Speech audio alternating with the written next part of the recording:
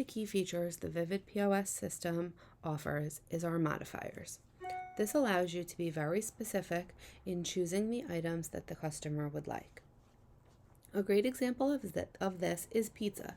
Pizza can be very confusing when ordering because there are so many different options and ways that you can build your pie. An example of this is the Hawaiian Special. In this instance, the Hawaiian Special comes with ham and pineapple already built into the order. They come at $0. We can add any other additional items to this pizza by simply clicking on the items. That will add them whole to the pie, but we can also choose to add items to the left side or the right side.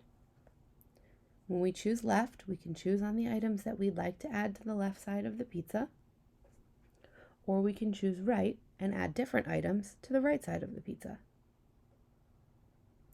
If there's an instance where we choose an item to go on the left side and also the right side, the system will automatically make that a whole topping and charge the whole value.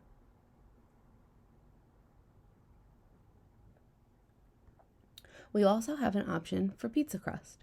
We can choose thick, regular, thin, or stuffed at no additional cost. Once we choose done, the item will be put on our ticket and sent to the kitchen exactly how it appears here, so there's no confusion in the kitchen.